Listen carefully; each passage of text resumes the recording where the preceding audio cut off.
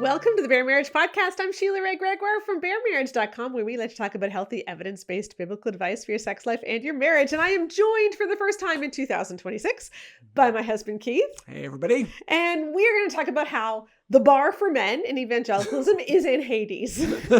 And seriously, can we just raise it up just a little bit? Just a little bit would be great, you know? So we got three different pastors to talk about today, or at least three different Christian leaders who have all said problematic things or done problematic things lately. Okay. So we're going to look at Jonathan Podluka, SBC megachurch pastor, Tim Challies, a reformed pastor from Toronto and big in Gospel Coalition, and just pastors' reactions in general to the Philip Yancey affair. This has been a podcast that has been several weeks in the making because all of this stuff has been happening and I've been wanting to respond like right away because it's all so bad. Yes. But we had other things lined up. So this is my chance to get everything off my chest. Yes. And the big thing is you're not bashing men because you think men can be better than this. Yes, exactly. Like I don't understand why I have a higher view of men than these guys do. The expectations in the evangelical world are just so low. It's crazy. It's absolutely nuts. Before we get started, I have another amazing announcement, which is in just a few weeks. Okay, we're looking at February 5th. I believe we are going to be launching our podcast series, Happily Never After, The Curious Case of Love and Respect. Yep. It's a 3-part docuseries that we have done. It's going to be up on YouTube. It's going to be up on the Good Fruit Faith podcast channel. And we're going to be running the first episode here at Bare Marriage. To hear the other ones, you're going to have to subscribe to the accompanying podcast channel. More about that on February 5th. Right. But this has been it's been over a year in the making with Joanna and Rebecca in the background. And this is one of the things that we raised money for. And we're just hoping that this podcast series gets out there so that people can see these are the bigger problems with the book. And it's not just the book, it's all of evangelicalism. It's like this idea has been present in evangelicalism for so long and it's done so much harm. And let's take a look at it. So I'm really excited about that. So that is coming very, very soon. Okay. Yes. Let's start. Can we start with Jonathan Podluka? Sure. Okay, so I think he goes by JP. I can never really be sure, but I think he goes by JP. He is a megachurch pastor from Waco, Texas, which is, it's a university town. So he has a lot of university-aged people at his church. He's very popular among university-aged people. He got his start as a youth pastor, I believe, at like Watermark churches, but he's now with the SBC, I believe. And so SBC megachurch. And I don't believe he has seminary background. Okay, so not really trained. He's just very charismatic. All right. Sure. And every Friday on Instagram, he does these Q&As. So people send in questions and then in his Instagram stories, which disappear after 24 hours, he answers them. And a couple of Fridays ago, I was sent this screen recording by multiple people of something that he said. And I don't follow him. I don't watch him, but multiple people sent me this, including some authors. Okay. Some big name authors who are like, what are we going to do about this? And so I would like you all to listen to what he said and then we'll dissect it. Sound good? Sounds good. Okay. Here it is. It has all kinds of desires. Okay. Why do I have desire to sleep with beautiful women while I'm a married man? Why does someone with same-sex attraction have the desire to be with someone of the same sex? Why do you have the desire to take something that doesn't belong to you or buy something that you can't afford? We have all kinds of desires that we have to surrender to the Spirit of God. You have to understand your desires do not determine what's right. You desire all kinds of things that are harmful for you. This is so important to know and understand. That's why a fruit of the Spirit is self-control. As you surrender to the Spirit of God, you practice self-control, and you bring those desires under the control of your logic and the Holy Spirit so that you would do what's right, not what you want to. What'd you say?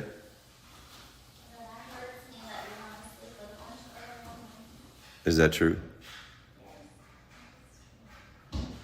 Do you want to sleep with a bunch of other men? None? I'll be honest, I don't know that I want to sleep with a bunch of other women, but I do desire to do things that are harmful to me. I mean, like pornography is still a temptation, as an example. And but I am a happily married man. I love my wife very much. I love my wife very much. There are just so many layers to this, right? Yeah. Like, where to start? Let's start with something kind of basic. Okay. There is a difference between having a flash of attraction when you notice someone who is attractive and specifically wanting to sleep with multiple beautiful women. Yes. Okay. So like, let's say that I get a flash of attraction, when I see some guy, right? If that same guy came to my door and rang my doorbell and said, "Hey, Sheila, I am here. Let's have sex. Nobody will ever find out." Right. I would not be the least bit tempted. I would be totally freaked out. I would slam that door shut. I would lock it and call the police. Yes. Right? Like this, there isn't any level of temptation whatsoever. Right? Because finding someone attractive is not the same thing as being tempted to sleep with them. Yeah. Right? And I think it's really interesting. He uses that word. He doesn't say that I'm attracted to other women. He says that I want to sleep with other women. Yes, beautiful women. That's not normal. Yeah. It's like, like wanting to sleep with them means that if they offered themselves to you, you would be tempted to say yes. Or at least in his mind, he's gone past the noticing that they're attractive into actual lust. Right. Like there's a plan formulating. He may stop it in its early stages. Yes. But the idea is in his head, and he's letting that idea be in his head. I mean, being attracted to a person, you can't help that. Right. Thinking about actually sleeping with them, that's the next step. And that's not normal. That's not normal. That is not normal. I think it's normal outside of the church. Yeah. Right? It shouldn't be normal for people who have their minds renewed by Christ. Yeah. And that's the thing. Like our sexuality should be sanctified. Okay. Like we should have these things before God. Now he does go on and say, our desires are not in and of themselves good. And we should, submit ourselves to the Holy Spirit and self-control. Like wonderful. I'm glad he said all that. Well, no, I have a problem with that. Okay. Because he's not saying not all of your desires are good and they need to be tested. Like I think the implication there is your desires are bad. Right. Like there's, but anyway, that's a different story, and that's not about the concept. But I think his theology's wrong even on that part too. Okay, anyway, whatever. Sorry. But this idea that it is normal for a pastor to announce to the world that he wants to sleep with multiple women, and then as a throw off line. Oh, and obviously. And then and then his wife interjects, which I found really interesting. We'll talk about that in a minute. I have more I want to say about Jonathan Podluka first. But his wife interjects, and he seems genuinely surprised that she doesn't want to sleep with multiple men. And then he kind of reevaluates. He says, okay, well, in thinking about it, maybe I don't actually want to sleep with other women, which, okay, thank you, I guess. I just want to watch porn, right? And somehow, like, we're supposed to give him applause for this because he's being so honest and everything. And we watched a movie a couple of nights ago. The Knives Out movie. The second one, Glass Onion. We watched the third one too, which is amazing. Everybody should watch the third one. It's got so many, it's got a majorly, well, it is basically about religion. And it's about the difference in the two types of religion today. The one that is really virulent and violent and nationalist. Us against the world. And the one that is like, how can we be the hands and feet of Christ? And it's actually a very, very beautiful movie. But after watching the third, we decided to go back and watch the second. Yeah, we hadn't watched the second one. Yeah. And I want to play a clip, super short, speaks for itself, doesn't need any context. I'm a truth teller. Some people can't handle it. It's a dangerous thing to mistake speaking without thought for speaking the truth. Yes. Yes. There is a difference between speaking the truth and just simply speaking off the top of your head without thinking about it. And speaking off the top of your head without thinking about it does not make you especially authentic or approachable or anything. It just makes you irresponsible when you are a pastor. Yeah. Yeah. There's not really a lot of thought going into what he's saying. He's just, his own lived experience dictates what is theology. Yeah. That's exactly the opposite of what you're supposed to do as a pastor. And he's not, and like, it wasn't until his wife spoke up that he was like, oh, maybe I should actually think about this a little bit before I tell the thousands of people in my congregation that it is normal to want to sleep with other people. Are you going to talk about how the bro culture in the, evangelical pastors kind of makes this be a blind spot for them? I will. In fact, I brought this up in an article that I wrote about JP Pokluda 3 years ago now, because of something that went viral. And so I want to show that other clip just to give you some more context of JP Pokluda. I want to show this other clip. And then let's talk about some of the similarities here, okay? So this was a sermon that he gave, I think, in February of 2023. And it went viral on Twitter and everywhere, actually. When Monica and I got married 18 years ago, we moved into her little apartment, and she went out of town for a weekend to see a friend. And I had a friend coming through town from college, a buddy from college. And so he says, hey, do you want to grab dinner? And so he and I went to dinner. We're catching up over chips and queso, having a great time. And this woman walked up to us, and she was perfect, physically beautiful. Everything was in the right place. And she turns to me and says, can I buy you a drink? And I say, oh, I'm married. Like that. And she says, well, is she here? Because I don't care. And I hardly know any Bible, but I know Proverbs 5, 6, and 7. The only thing, the saving grace in that situation was I looked at that woman and I thought, oh, she hates me. She doesn't love me. She wants my wife to hate me. And she wants my in-laws to hate me. And she wants my parents to hate me. And she wants my unborn children to hate me. For just, a few minutes of ecstasy, she wants to take my life and burn it to the ground. And that thought was God's saving grace in a moment. Okay, so he's saying that this waitress propositioned him, and many people at the time were saying, was it really a proposition or did he just assume? Yeah. But the only thing that stopped him from sleeping with this woman who was gorgeous and who had everything in the right place. Her body had everything in the right place. And he's like openly salivating about this woman's body. Again, this is several steps beyond noticing someone's attractive. I mean, this is lust. Right. And he is preaching it from the front as if it is normal. Yes. This is disgusting. And he says that basically the only thing that stopped him was that he remembered a Bible verse. Right? So his wife is presumably sitting there, and he is announcing to everyone in that congregation that the only reason he didn't cheat on his wife was because he remembered a Bible verse. And the point, I think, was we're supposed to applaud him for having these Bible verses memorized. Yeah. Because the idea is that all men do this all the time, and some act on it and some resist it like me and don't. And I should be applauded. Yeah. So basically, I am lusting constantly, but I'm not actually committing adultery, so applaud me. Yes. As opposed to, I have put lust to death, as Paul commanded, because I don't see women as objects to be consumed. Yeah. Right? Right. It's like crazy. Yeah. And I wrote an article about that sermon clip for Baptist News. I'll put a link to it in the podcast notes. And in it, I talked about a sociologist named Sarah Diendorf, who I had been following for quite a while. And she did this interesting piece. And I don't know if I can find the original article. I'll link to one of the peer-reviewed articles she's written. But basically, she followed these married guys in all these accountability men's groups that they were in. Okay. And what she found is that being tempted to watch porn and talking about how much you were tempted to lust after other women became the sign of masculinity. Yeah. For many of these guys.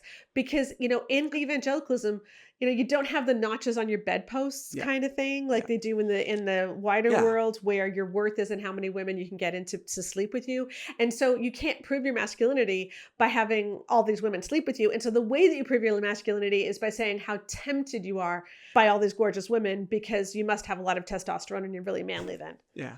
So we have a worldly culture that celebrates a masculinity that is conquest of women. Right. Sees women as objects to be conquered, and they do it a lot, so they're very masculine. Yes. And in the church, instead of confronting that form of masculinity and saying, that's horrific, men and women are partners in the gospel, co-heirs with Christ, and we should see each other as equals, they say, men want to be conquerors, but they don't act on it because they resist. Yeah. like it is the worldly mentality, just not acted out. Yeah. Like it's not redeemed by the gospel. It's the same worldly mentality, but they just don't act on it. Yeah. Yeah. And this is something I see in the church. I know one guy who is interviewing for a job. He's a pastor and he's interviewing for a job. And they asked him, what are your struggles? Because in an interview, they always ask you things that are, supposed to be catchy questions that you have to turn into strengths, right? I have to give a weakness that makes like I care too much. Yes. So like I have to put forward a weakness that makes me look like a really good person. Yeah. And he said, well, of course I struggle with lust, but any man who tells you otherwise struggles with lying. Yeah. Right. Yeah. And again, part of that was the joke, showing he's got a sense of humor. Part of it, I think, was I'm part of the bro code. I get it, But some of it was I'm a masculine man, because that's what masculinity is in the Christian church. And it's just sad because it's all based on this idea of men conquering women as opposed to us being together and equal. Yeah. But if you won't give up, the men are supposed to conquer women, you can't give up the lust because they're tied together and they're intimately linked. Yeah. It's absolutely ridiculous. And what does this say to his wife? Like, I am so amazed that his wife actually spoke up. Like, I really respect her. So it sounds like, he's recording this thing and she's in another room, maybe in the kitchen. It sounded like she was in the kitchen or something. And then she said, it really hurts me that you would say that you want to sleep with other women. And he says back, well, don't you want to sleep with other men? And then for some reason, the caption said, yeah, like they dubbed it wrong. The caption said, yeah, when really what she said was no. You can hear her saying no. Yeah.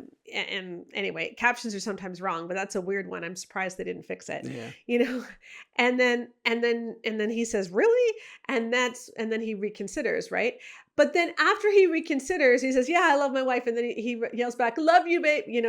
Like, kind of, oh yeah, I'm appeasing her. Oh, she's still going to love me. This wasn't really a tiff. It's not really that bad. Yeah. She's not really angry at me because, after all, I'm the pastor and everything. And I'm just amazed. And this is a common theme we're going to see as we talk about some of the other stories this week, how women are just supposed to go along with it. Like, we're just supposed to accept this. And what he is doing is he is normalizing to his congregation that men should want to sleep with other women, that pornography is going to be a big problem for these men. He's normalizing this. And so what's going to happen to the woman who's married to a guy who goes to strip joints, or who's married to a guy who, has done stuff online or whatever, or even who's had an affair, and that guy says, yeah, but all men do this. Even my pastor does. Yeah. Right? She doesn't have a leg to stand on now. He has now just cut her support out from under her, because now she doesn't have a place to stand and say, no, that was wrong. Because even though he said, yeah, you're supposed to have self-control, he is still normalizing this for every guy in the congregation. He is saying that it is totally normal for men not to have redeemed sexualities. And he's also showing that he doesn't understand what sex is. Because someone who is tempted to sleep with other women, again, not someone who's merely attracted to other people, but someone who's actually tempted to sleep with beautiful women, all right, shows that he doesn't understand the basics of what sex is, that he sees it as being about his own physical release, and as about status, and as about taking from a person, rather than an experience that you share together with someone that you love. And so if he doesn't even understand sex, how is he supposed to be teaching any of us this? How are we supposed to trust him to have any messages about healing or wholeness when he doesn't even get it himself? And this just drives me absolutely bonkers. Yeah. They don't get it, but they don't even know that they don't get it. Yeah. Because they think that's just what sex is. Well, and I think also there's this idea that men have so much shame. Okay. Men have so much shame about pornography. And we know that in our study for The Good Guy's Guide to Great Sex, just under 50% of evangelical married men currently are watching porn in some way. For most of them, it's rare. Like, it's not all the time, or it's intermittent binges, but they still are watching it in some way, right? And Jonathan Podluka would probably fall in that category, because he's saying that he has a problem with this, right? So they say that men have all this shame about watching porn. And so we need to just talk about this more so that men don't have shame. But there is a way to talk about it which doesn't normalize it, or which doesn't make it sound like even someone who has been a Christian for decades, or even someone who is a pastor, it's perfectly okay if they're still like this. right? Like the Bible normalizes grace, but it also normalizes being sanctified and growing in Christ. Yeah. You know, not that you are always stuck in this one area. Yeah. Well, if you're always stuck in one area, it's because probably there's some fundamental belief or thing you're telling yourself internally that keeps taking you back to that place. Yeah. And right? I mean, Jay Stringer has an amazing book called Unwanted on how sometimes like our unwanted sexual behaviors and desires that we have are often a map of our own woundedness and of things that have happened to us. And when we can use it as that map and when we can show curiosity and uncover it, we can actually get healing. And I think that's so true. There's some great books on how to do that. You know, Jay Stringer, he's coming out with a new book too called Desire. There's Michael John Cusick's Surfing for God, really good book about that as well. You know, so like we should be getting healing from this, but we don't get healing if we don't look at the roots of it and we just simply tell people to try harder. And that's what Jonathan Podluka is doing. He's not looking at the roots. He's not saying, hey, this is an area that was a stronghold for me. And so I needed to get vulnerable and look at what it was that was drawing me to dehumanize and objectify women. He's not doing that. He's just making it sound normal that men would objectify and dehumanize women. Yeah. Well, because in that culture it is. It is normal. Yeah. I mean, if they got to the point where they actually said, what is it? Oh, it's, I don't think of women as equal to me. Yeah. I don't think of women as my peers. Yeah. Well, their whole theology is based upon women not being their peers. Yeah. So they have to give up their theology in order to be good Christians. Yeah. Like, but they can't do that because our theology is right. Yeah. Like, and that's why it's a double bind for them. Yeah. Right. And as opposed to just seeing the Bible and seeing God making man and woman to be together as equals under him rather than the man over the woman. Anyway, sorry. Yeah. No, it is really wild. And I just think about how much he has normalized in his congregation the objectification and dehumanization of women and how we should not expect Christian men to think differently. We should be grateful when they don't sleep with multiple beautiful women. We should be grateful when they don't use porn, but we should not expect them to actually be redeemed or sanctified. Yeah.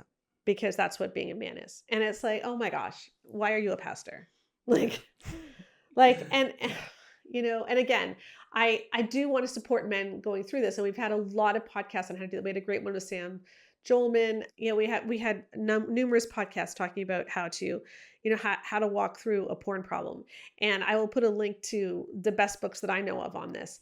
But if you're going to get through a porn problem, you don't do it by making it sound normal. And that's the thing. And by making objectification of women sound like it's no big deal.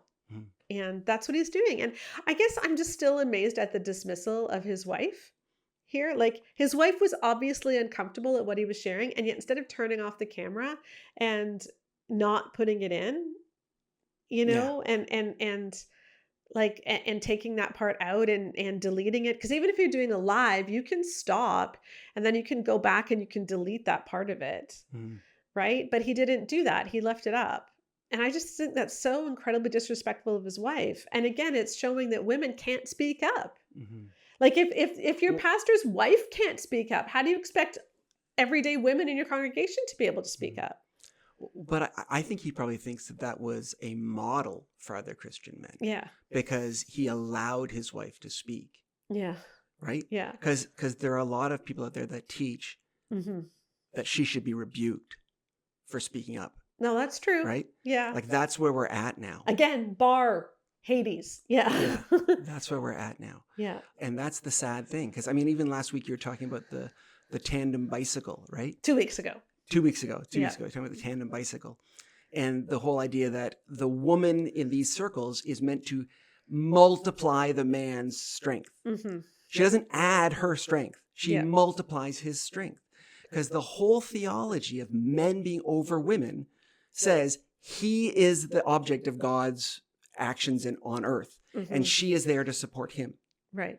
Like she is a side thought. She's an add-on. She's not the main character. Yeah. He is. Yeah. And if you live in a world where you're being told that all the time, no wonder you think, oh, I could sleep with all kinds of women and I feel good about myself and how masculine I am. And everyone does that, right? And then a person who's been taught from her childhood to put the needs of other people ahead of hers says, oh, I don't think about that. Yeah. Right. And it's like, dude, like maybe we should stop and realize that women are being taught to be Christ-like and men are being taught to lord it over and not be Christ-like and think about how other people are going to feel about this and what other people are going to think. Yeah. Like you can be a man and be selfless, Christ-like, giving, caring, but it starts with not needing to be an authority over other people. Yeah. If you make that your whole raison d'etre is that I am in charge of my house, Yeah. you will become a bad person. Yeah. And you won't even know it.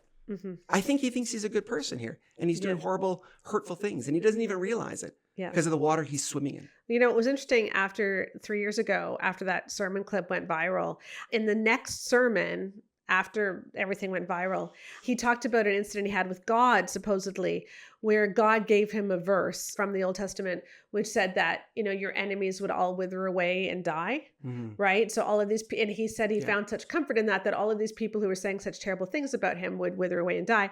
And to be clear, the people calling him out were people like me and other pastors. You know, so it was women who were saying, this hurt me. This made me feel unsafe in your church. And he said that. And then the outcry got even louder and he eventually did issue an apology. But the apology came after he justified it to himself and said, well, you know, it's okay because God says my enemies are going to die. And this does not show a maturity that pastors should have. Right? Like this, this does not show any kind of spiritual maturity. Forget the pastor, an adult. Yeah. Should have. Yeah. Like this is pastor less. Should be higher. Yeah. This is less than the average person in your congregation should have. And the fact that he's a pastor of a very large church, I think is concerning, you know? Okay. Can we do the next one? Yeah, of course. Okay. Philip Yancey. Right. So we learned a couple of weeks ago that best-selling and beloved author Philip Yancey, who's written a lot of really good books, confessed to an 8-year affair. And he said he was stepping back from ministry, that he deleted his social media channels, and his wife gave a statement that she, even though she was betrayed and a lot of trauma, she was going to stay with him and be his caregiver because they've been married 55 years. She takes her vows seriously. And I don't want to comment on her reaction. I think that is up to her. And Rebecca wrote a really good email about let's not gang up on Janet Yancey here and whatever. And we also did a Friday Roundup video on it. But I haven't talked about it a lot on the podcast. And I've written a number of articles on this. I'll link to some of those in the podcast notes. But what really concerned me was not Philip Yancey himself, as horrible as that is. And I don't want to comment on him and his affair, but the reaction to the affair by multiple pastors who were commenting on it on social media. One of them was Tullian Tchividjian, who is the grandson of Billy Graham, the disgraced grandson of Billy Graham, who has been accused of, I think, 7 victims of clergy sexual abuse. He's broken up several marriages. He's never made amends with ex-wives. I don't even know. It's bad. Okay. He was kicked out of his denomination, but he is still pastoring, of course. And he kind of epitomized some of the bad reactions, but I didn't see them just from him. I saw them repeatedly. But I want to talk about 2 in particular. And one is this idea that it could have been me. It could have been any of us. We need to be careful that we don't fall into sin because this could have happened to any of us. So there's 2 aspects of that. Is number 1, is it true? Yes. And number 2 is if it's true, is it helpful to say it? Yeah. Like those are both questions that need to be asked. Exactly. So is it true? No. It's not. It's not true. Absolutely not. Because having an affair, let alone an 8-year affair, but let's forget the 8 years, even a one night stand, okay? Like even if it's not something that significant, is not like a virus which just infects people randomly. Okay? It is a decision that you make, and certain people are more likely to make that decision. Yeah, because it is more common than we'd like to admit. Yes. But there are things you can do to increase or decrease your risk of it happening to you. It's not just a freak lightning strike thing. There are things you can do that make it more likely that you will do that or less likely. Yeah. So first of all, men are more likely than women, especially in the church. And often we'll see stats about infidelity and affairs. Just remember that those stats, when I'm talking about this, I'm talking about church-going, committed evangelical Christians. So when you see stats of the general public or of like, Cosmo readers or something, that is not the same thing. And when you look at religious people, the chance of having an affair is actually quite low. Yeah. Okay. It's actually quite low. Men are at least twice as likely as women, if not three times as likely. Okay. And there are certain characteristics which make it more likely. And one of them, we talked about this. We did a whole podcast on this, you and I, on why do men cheat, looking at peer-reviewed studies. And one of them is entitlement. Yep. So when you teach men they are entitled to women's bodies, that they are entitled to unconditional respect. You're the leader. She needs to submit to you. Yes. You teach men that they're the cat's meow and she's your helper. Yes. Yes, that makes affairs more likely. And also if you have hostile or benevolent sexism. Yep. So if you think, men are the main If character. you're sexist, even if it's not an aggressive, hateful, misogynistic sexist, even if it's benevolent sexism. Which is like, I need to protect you. Yep. I want to provide for you. It's not bad to do those things, but when you think like, that is my role because she's a woman. But again, if you want to take it seriously and you want to reduce your risk, you need to stop being sexist and you need to stop being entitled. Yes. And what that means is you need to stop believing that you're in charge of your wife and that you're a team together as equals. Yeah. But they won't do that because that's just, we won't go there. Yeah. Like, it doesn't matter how bad the theology is and how bad it hurts people. Yeah. Men are supposed to be over women. Yeah. End of story. So you're telling people, hey, this could happen to anyone. What that does to women is it means that we can never trust our husbands. Yeah. Okay. It means that no matter how happy you are in your marriage, no matter how long you've been married, no matter how sure you are of your husband's love and devotion, even if your husband doesn't make Instagram videos where he says he's tempted to sleep with multiple beautiful women, right? No matter what, your husband could still have an affair. Yeah. And so you can never trust him. You can never be sure. And in the Great Sex Rescue, we surveyed 20,000 women for it. We didn't measure this question about infidelity exactly, although we did have some quite similar questions. But we did we pulled a lot of stats on the idea that all men struggle with lust. It's every man's battle. And the more a woman believed that no matter what, her husband was going to lust after other women, her libido dropped, her orgasm rates dropped, her marital satisfaction dropped. And when we did our matched pair, like we found that too, like even if he didn't have any signs of this, if she couldn't trust him because of these messages, the marriage was worse. Yeah. Right? Yeah. So like, telling women this hurts women. Yeah. And even if it were true, which it's not, right? It's not a helpful message. Right. Okay. So that's one thing. So why is it being spouted so much? Yeah, it's being, and this is the thing. And come back to that question. Put a pin in that question because we're going to come back to that. The second thing that is being said a lot is we are all equally sinners. Yes. The sin leveling. Yeah. We need to remember that you are no better. And Tullian Tchividjian actually said that we all have adulterous hearts. And so when one woman challenged him in the comments saying, don't you understand how much this hurts people? He said, your adulterous heart in judging me is just as bad. Right. Right. Yeah. So by speaking up and saying this hurts women, you are sinning just as bad as the person who committed adultery. Right. Yeah. That is the idea. And to support this, they use really, really, really bad scriptural arguments. Mm-hmm. One of them is Tchividjian was talking about the Sermon on the Mount and how Jesus was the ultimate sin leveler, because in the Sermon on the Mount, he said, if you even look at a woman with lust, you've already committed adultery. So the person who looks is as bad as the person committing adultery. And so he uses that to say, you can't judge the person committing adultery because you are just as bad. Yeah.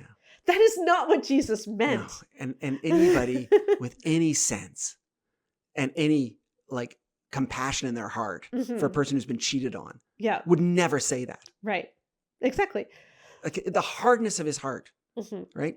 Anyway, just drives me crazy. But Jesus was saying that because so many of the religious teachers were so self-righteous, right? They would see a woman and they would cross to the other side of the street because she was unclean or something. And he was saying, no, she's not the problem, you are.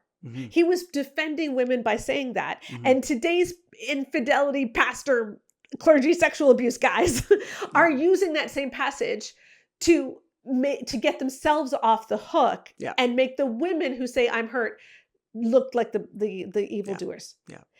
Because they're forgetting that in multiple other places, Jesus said, that there's a hierarchy of sins in many ways, like that certain sins are going to be judged more harshly. Yeah. Right. He says like things like, it'll be worse for you than for Sodom and Gomorrah on the day of judgment. Right. It'd be better if a millstone was tied around your neck and you were cast into the sea. Yes. Just because sin separates us all from God does not mean that we are all equally sinners. Yeah. It does not mean does he actually think?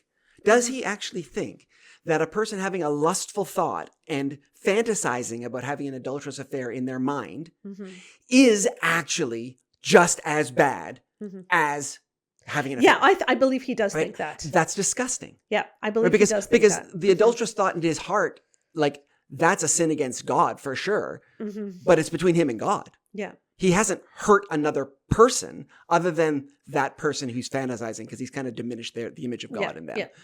But like to destroy your marriage and actually have an affair, like, unless you just don't care about the suffering women, they're not the same. Yeah. Oh, wait. Yeah. That's the secret. They don't care about the suffering women. No, exactly.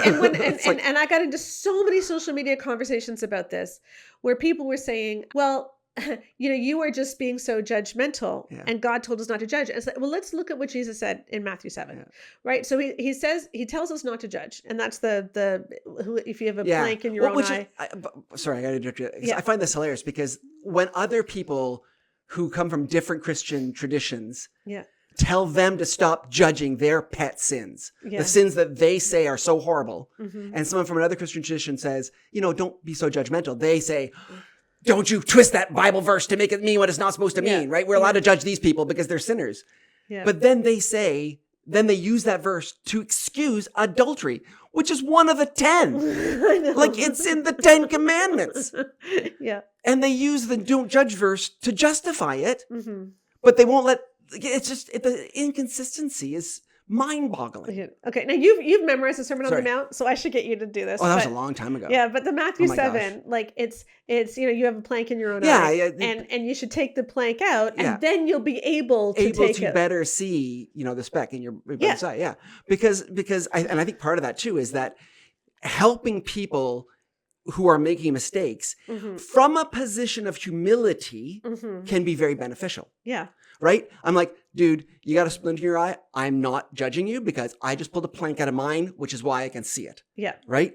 So like, I am coming from a position of humility. Yeah. Right? Yeah. That's the point of that thing. Yeah. And then what's the very next verse after that? Then it talks about not throwing your pearls before swine and not giving what is sacred to the dogs. Right. So that's the very next verse. Yeah. So Jesus says, don't judge, but then he says, don't throw your pearls before swine. Yeah. So how are you supposed to know if they're swine? Yeah. Unless you're like judging. You have to have, it's not saying don't give up discernment. Yeah. Right? It's saying just remember you're going to be judged the way you judge other people. Yeah. And if I judge someone by saying, look, you're not as good as you could be. You're making a mistake here. I want to help you be better. That's not judging.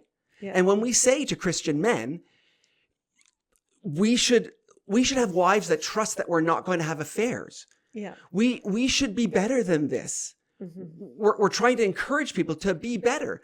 That's not judgmental. Yeah. Saying to a woman who says, hey, women are being hurt by this, shut up, you're just as bad as me, is not like that. That's what Jesus is talking about. It's the exact thing Jesus is saying you should not do. Yeah. I know. It's wild. And this is the problem is, like, I had one guy say to me, what's going to happen to you when you get into your scandal? Right? Like, people aren't going to be here to support you because you've told everyone it's okay to judge. And I'm like, first of all, I really don't think I'm going to get into a scandal. Most people don't. Like, think about everybody that you know who's 70. Yeah. Okay? How many of them have been in a scandal? Like, how many of them have had an affair, have used a prostitute, have embezzled funds? I don't know, been in jail. Like it's not that many. And if you're in a church where everybody has, like, that could be a sign you're not in a safe place, unless you're in like a church of recovery or something. Okay. Yeah. Like this isn't that normal. And if I ever were in a scandal, then I would step back like Philip Yancey did. And I wouldn't say people needed to support me. Yeah. I would hope that I wouldn't be a hypocrite. Yeah. But like, when you say this, I just want people to understand, when you say all sin is the same, what you're really saying to a victim of whether it's clergy sex abuse or infidelity or whatever is, if you are still hurt, that is now a you problem. Yeah. Because you need to remember that you are just as bad as the person who hurt you. Mhm. And so you do not give any room for people to actually be hurt or to be heard or to heal. You're not giving any room for justice or accountability. This is the problem with cheap grace. And the New Testament is so against cheap grace. Like the Bible is all about justice over and over and over again. And Jesus stood up for the oppressed. And so when we turn around and we say to women, you know, don't you realize that you are just as bad as him? You're saying you have no right to be upset that he broke his marriage vows. And that's why this matters. And the fact that so many pastors parroted this made me sick. Because do you not realize how unsafe you are making church for women? Like, and do you not even care? Because I don't think they do. Because when I spoke up to so many, they just said, well, that's the truth. And women need to get used to it. Yeah. That's what the Bible says. That's always their default. Yeah. Right? Because again, coming back to women matter just as much as men, they're just not willing to go there. Yeah. Because if they were willing to go there, they'd have to say, yeah, this is not fair. We've set up a system where men are privileged over women, and we have to dismantle that. Which is what those of us who are on this side are trying to do. Yeah. Because we're not saying that you know, men are bad or that women should be in charge and men shouldn't. Yeah. We're saying that we should be equals and we should all be held to the same standard. And we should all be trying to follow Christ. Yeah. And it's just, you know, in so many of these churches where women are not in leadership, you can tell, you know, because if women had been in leadership, I don't think that pastors could get away with saying, I just want to sleep with multiple beautiful women. And I don't think pastors could get away with saying that we're all the same. And so whether you watch child sexual abuse materials or whether you sped on the highway or lied on your taxes and didn't declare that tip you got once, like we're all the same. Yeah. No. Yeah. We're not. And so we need to start asking ourselves, like, who does this benefit? Yeah. Because a lot of this stuff, it benefits men who want to get away with it, right? Men who want to be able to turn everything around so that the people calling men to account are now the ones who are in trouble, right? So it's Major Darvo. It's like, you know, it's turning everything around so that if you accuse me of being bad or of not treating women well, you are now the problem because you're accusing me of anything in the first place because we're all equally bad. Yeah. Right? Yeah. So men who want to get away with it, who want to get away with porn use, who want to get away with lust, etc., they're the ones putting forth all these messages, or pastors and men who want to make sure that none of their buddies are going to fall. Right? Yeah. Because if you want to make sure that there's no scandals in your church, that your elders board is never going to get attacked, even if your elders board is filled with terrible people, the way you do that is you just make sure that people know that men can't be attacked for these things. Yeah. You know? All this sin leveling and it could be you too is basically just a way of closing ranks around the people who currently have all the reins of power. Yep. Yeah. Yeah. Just wild. Okay. That's heavy. I know, but this has been a couple of weeks. Like, I mean, and it's not just, I mean, it's the world too. Like, please don't let there be World War III. Like, let's leave Greenland alone. I really don't want to be at war with my neighbors to the south, which is what will happen if the U.S. invades Greenland. Canada and the U.S. will be at war. Like, I really do not want that. Like, the whole world has gone crazy in the last few weeks, right? One more article. Are you ready? Okay. This one's written by someone from Toronto, which makes me sad. You know, because like, I feel like it's a bad pastor from Canada. Yeah. Oh, okay. It's like, Toronto, come on. I grew up in downtown Toronto. This is my town. Okay. And still bad takes from everywhere, I guess. Yeah. But okay. Okay. So this is an article by Tim Challies, pastor from Toronto, heavy Calvinist, has done lots for the Gospel Coalition. He moves all in those circles. Okay. Right. And he wrote to those who married poorly. And I'll read, I want to read, it's not overly long, so I want to read and then get your reaction, okay? Okay. So is he going to define marry poorly pretty quickly? Yeah. Good, because I don't know what that means. Okay, so he says, some marriages are the stuff of fairy tales and some are not. Some husbands marry wives who respect them, and some wives marry husbands who love them as Christ loved the church, and some do not. The sad fact is that some people marry well and some marry poorly. What do I mean by marry poorly? This could refer to a couple who fell in love and married hastily, far too quickly to consider whether it was really wise to join these two lives together, and in time they learned it was probably not. It could refer to a couple who ignored parents or pastors when they expressed deep concerns about their incompatibility. Time has proven these concerns valid. It could refer to a person who married another while assuming certain troubling behaviors would change. Yet years later, they have not. In these ways and so many more, people can conclude they may have married someone to whom they were not well suited. And then he puts a caveat in a footnote and says that a difficult marriage is different from an abusive marriage, and he didn't mean to speak of abusive marriages here, but difficult ones. Yeah. Okay. Yeah. Okay. Not in the text, but in a footnote. Yeah. But yeah. Okay. So the first point is he's basically talking about how you're either a woman who respects your husband or you're not. Yeah. Or you're a man who loves his wife like Christ or you're not. Yeah. Mm-hmm. As opposed to these are day-to-day behaviors. First of all, we should both have both. Yeah. Right. But even if it was that way, that these are day-to-day behaviors that can get better or worse with time. Right. Right. Yeah. So it's just crazy. Like the idea that now you're stuck with a non-respecting woman or a non-loving man, as opposed to how do you help your. Well, and that's what I want to talk about in a minute. So put a pin in that. Put a pin in that. Okay. I'm going to come back to that in a sec. Okay, so he's saying that you could have married. He's saying this isn't about abuse, but then he's talking about problematic behaviors that have continued, which is like, to me, that probably means, porn use, or they haven't gotten therapy for their outbursts, or stuff that really actually can be abusive if it happens. But whatever. He has a very poor theology of abuse, but. Yeah. Leave that for a minute. Because while this is terrible if you are in an abusive marriage, that's not actually what I want to talk about today. Right. Because obviously everything these guys say is terrible if you're in an abusive marriage. Yeah, it's gas on the fire, for sure. Absolutely. And we've talked about that in plenty of podcasts. I actually want to bring up something else as I'm reading this, all right? So as I'm reading this, keep in mind, here's the question that I want to ask you. Ask yourself, okay? What steps is he telling people to take if they have married poorly to make their marriage better? Okay, what's the solution he's going to offer? What is the solution he's going to offer? Yeah. Okay, so he's writing this to people who've married poorly. Now, what is he offering you? What is he saying that's going to make your life better? And he says, of course, those who marry well and those who marry poorly are equally married in the eyes of God and are responsible for him to make the most of that marriage. And he says how it's not grounds for divorce just because you're incompatible, etc. To those who have had to conclude that they married poorly, I offer my sympathy.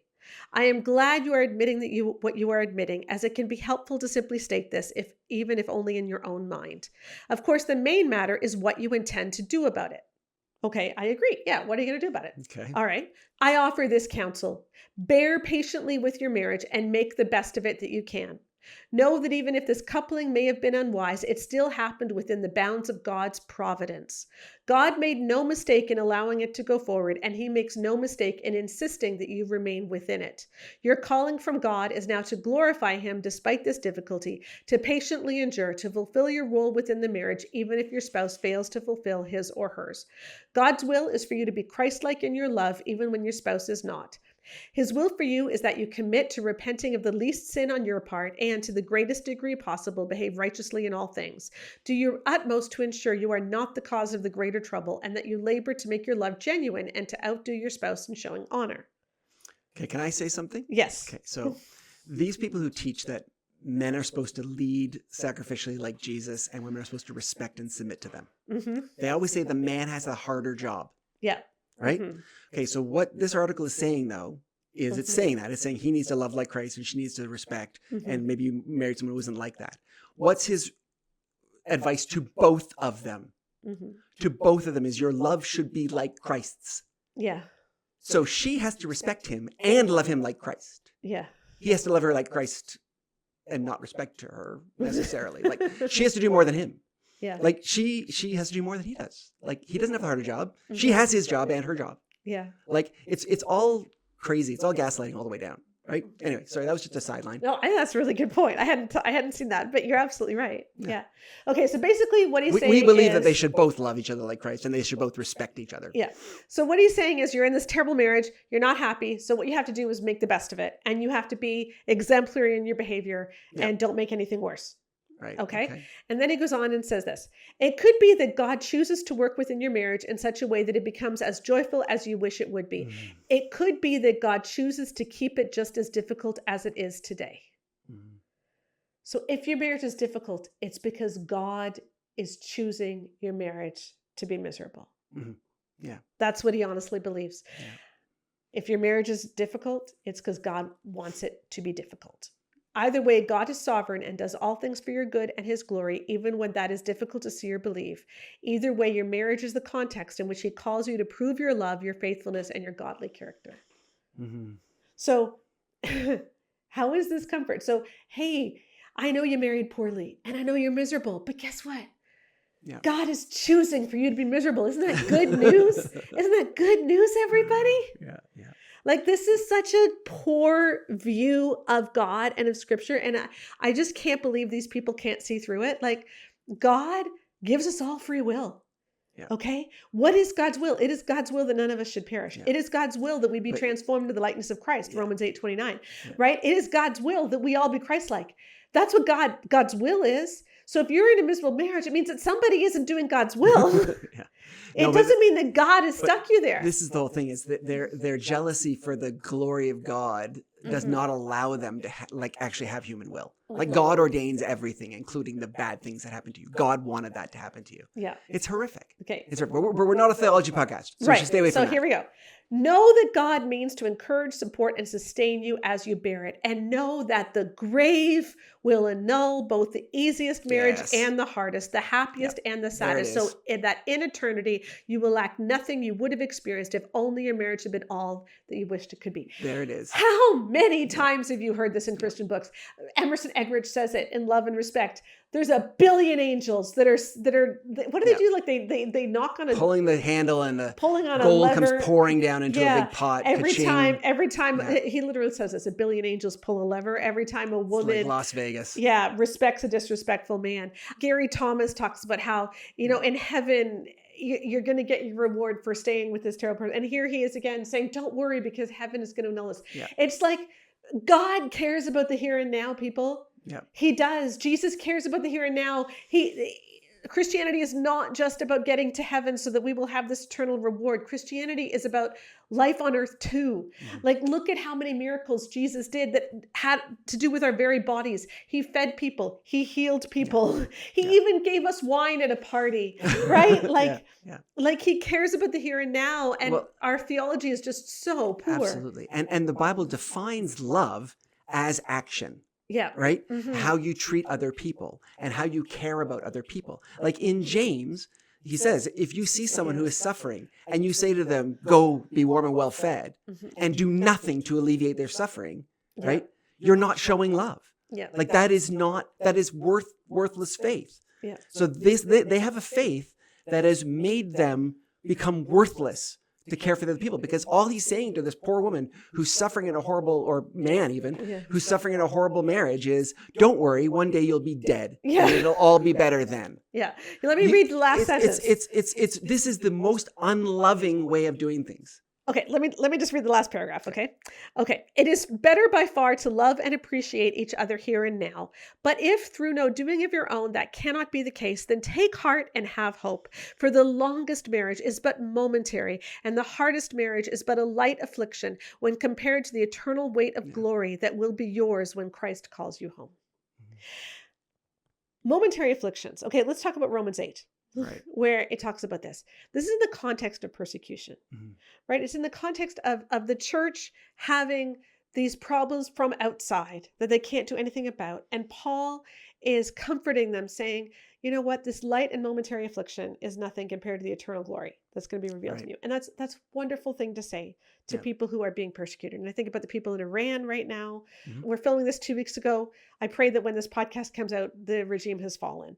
I think about people who are being persecuted all over the world. And those are such incredible words. Persecution should not come from your spouse. It's supposed to, especially a spouse who claims to be a Christian. It's supposed to be something that we're enduring from outside. Okay? Your spouse should be your anchor in the storm. Your spouse should not be the cause of the storm. Right. Yeah. And it really bugs me. But here's the bigger thing that's getting me about this whole article. There's actually solutions when your marriage is poor. Yeah. There's things that you can do. And he never mentions any of them. He just tells people to put up with it and to be super good and super nice anyway. But there's things you can do. You can draw boundaries. Mm-hmm. Well, that's what I was going to say. Is the reason that he doesn't offer any solutions is their only solutions are women, you need to respect him more, and men, you need to be more Christ-like in your love. Yeah. And that's it. Mm-hmm. And if that doesn't work, they've got nothing. Yeah. Right? Right. Yeah. And because they value male hierarchy so much, they cannot advocate for the things that we know actually work in marriage, which is women learning how to set boundaries, especially. But both men and women learn how to set boundaries. Yeah. But in these environments, women are specifically told not to. That you can't speak up. Yeah. And so the only solution they have is, don't worry, one day you're going to be dead and you'll be in heaven. Yeah. Right? Because they would rather teach women that than tell women, okay, when he's treating you badly, that matters, and your safety matters, your emotional safety matters, because we know that women who are victims of emotional abuse and neglect, that actually becomes physical after several decades. And you see autoimmune disorders skyrocket. You see lots of physical ailments that have their root in the stress. So even though it's very difficult to actually differentiate physical abuse from emotional abuse, because both of them have physical repercussions, you know?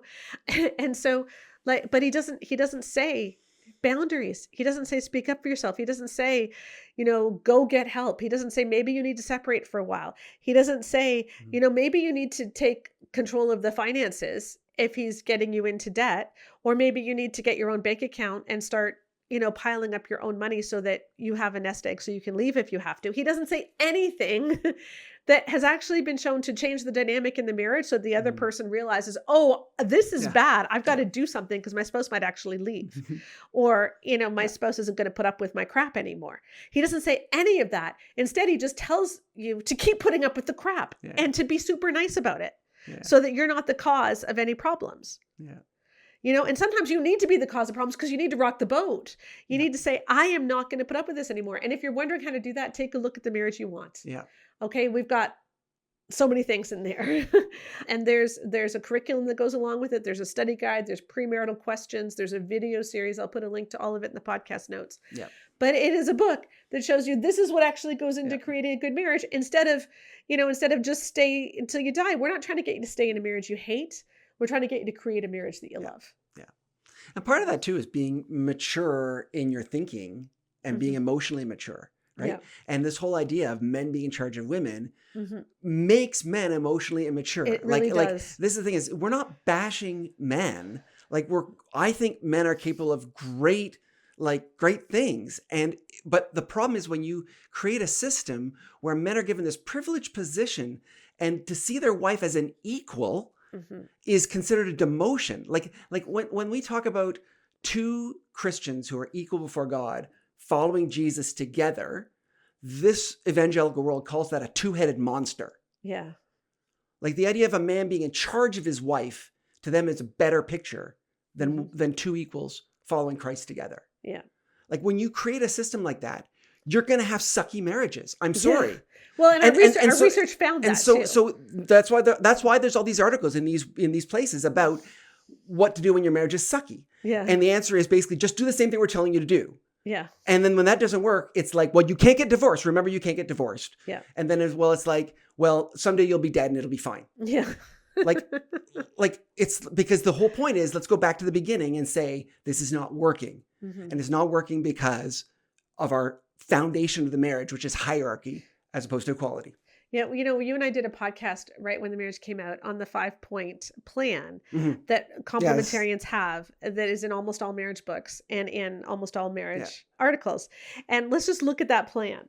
Okay. So first of all, it's that men are in authority over women. Right. Yeah. And from that flows the reason they're in authority over women is because the genders are so different that they can't understand each other. Men and women are completely different creatures. Your problems in marriage are because you expect too much. So just stop expecting so much. Marriage is hard and God meant it to make you holy, not happy. That's definitely here in this article. And marriage is for life. You can't ever get divorced, but don't worry because your reward is in heaven. Yeah. And we see basically all those things are in this article. Right? Men need respect. Women need to give them respect. It's all here. Yeah. And because they don't have anything else. Yeah. Because when you start with the premise that men are in authority over women, you don't have anything else to offer. Because what really makes a marriage strong is when there's real intimacy and partnership. Yeah. Intimacy and partnership cannot be present when a man is in authority over a woman. And so they actually have no way of building a happy, healthy marriage. The only reason that some of these people have happy, healthy marriages is because they may believe it, but they don't act it out. And so they actually function as egalitarians while saying they believe in complementarianism. Yeah. But when you actually act out complementarianism, it is impossible to have an intimate partnership marriage. And so they have no tools to give you. And it's just so obvious that the emperor has no clothes. You know? Yeah. And over again, this is what women, we look at all three things. Like the bar for men is in Hades. Yeah. Right? Because if he doesn't have an affair, let's give him a round of applause, because we all know he wanted to, but he didn't, And I think most men who aren't in these circles see this and feel insulted by this teaching. Mm-hmm. Like the ones who get offended when we talk like this, they're not the men that I really care about. Like when men come and you say, you just hate men, and they get mad about a podcast like this. It's like, yeah, you're an immature little boy. Yeah. Right? Like, because the men who actually see women as equals, the men who actually want their wives to be full partners, like they don't get attacked by a podcast like this. Mm-hmm. They're actually insulted and ashamed of the teaching that's causing you to have to make a podcast like this. Yeah. Because men are capable of doing this. Men can be full partners. Men can, bring everything that God has given them to the table. Yeah. And it's just so sad that we don't expect more. Yeah. And I also want to say, I totally agree with that. But just as we're wrapping up, I also want to say, just from a purely theological standpoint, this view of God is so sad. Mm-hmm. Like, God is not a monster. Mm-hmm. And this view, well, actually, all the views we've looked at today, that God sees someone who had an 8-year affair as being, just as bad as you, who is angry that he had an 8-year affair. Like, that makes God into someone that you can't go to with your problems, because he doesn't understand you. Because a God who is looking at you saying, why are you so upset? Don't you realize everyone has sinned equally, is not a God that you can rely on for anything. And so they are stealing Jesus from people. Mm-hmm. And now Tim Challies turns around and says, if you're in a miserable marriage, it's because God wants it that way, and you should rejoice that in his sovereignty he has done that. And it's like, God doesn't want your marriage to be miserable.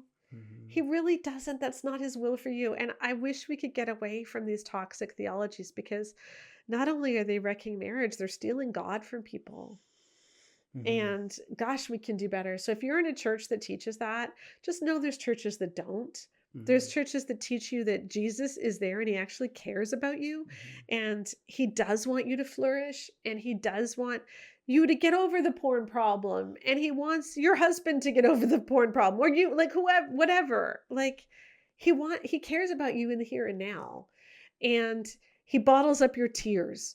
Scripture tells us, like he does care when you're being hurt, and he doesn't think that you're invisible, and he doesn't think that you don't matter because you're a woman. And I just think some people need to hear that. Mm-hmm. And I hope we all get to churches that are teaching that instead of teaching this garbage. Yep. Yeah. Yeah. Amen. Mm-hmm. So remember, February 5th, our podcast series launches. Happily Never After. The Curious Case of Love and Respect. So excited about that. Thank you so much to our patrons, and especially to the donors to the Good Fruit Faith Initiative of the Bosco Foundation, who funded us and made this possible.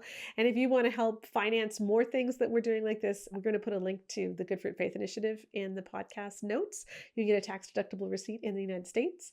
But if you just want to come on board and help us with what we're doing, please join our Patreon. It's a super fun place. You can join for just $5 a month and be part of our fun Facebook group, get behind the scenes things. Joanna's doing a huge book club right now. It's super fun. And yeah, we would love to have you, because together we can change the conversation about sex and marriage in the evangelical church. Amen. See you next week. Bye.